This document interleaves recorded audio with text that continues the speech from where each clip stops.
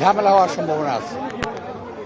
কারণ জামাত ইসলাম এবং তার চেলাবেলারা যা শুরু করছে তাতে নির্বাচন সুষ্ঠুভাবে হবে কিনা আমার সন্দেহ আছে।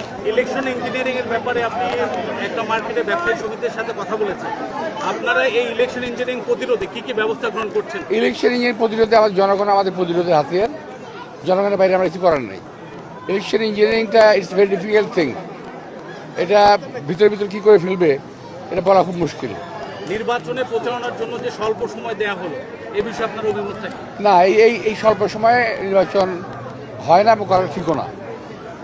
আমরা আগে নির্বাচন করেছি তখন 3 মাস আগে শুরু করেছি ধীরে ধীরে। তারপরে এক সময় টাইম কমায় আনা হয়েছে। এখন যেভাবে করা হয়েছে এটা খুব অন্যায় করা হয়েছে প্রার্থীর উপর। আমরা নির্বাচনের আগে এখন যেটা হচ্ছে ব্যালট পেপার পাওয়া যাচ্ছে, সিল পাওয়া যাচ্ছে, এটা আমরা আশঙ্কা করেছিলাম আগেই। আমরা এখন দেখছি যে আমাদের আশঙ্কাটা সত্যি হচ্ছে। এই ব্যাপারে আমরা নির্বাচন কমিশনকে বলবো যথাযথ ব্যবস্থা নেওয়ার জন্য, এবং নির্বাচন কমিশন যাতে পক্ষপাত না করে আমরা সেদিকে তাদের খেয়াল রাখতে বলবো।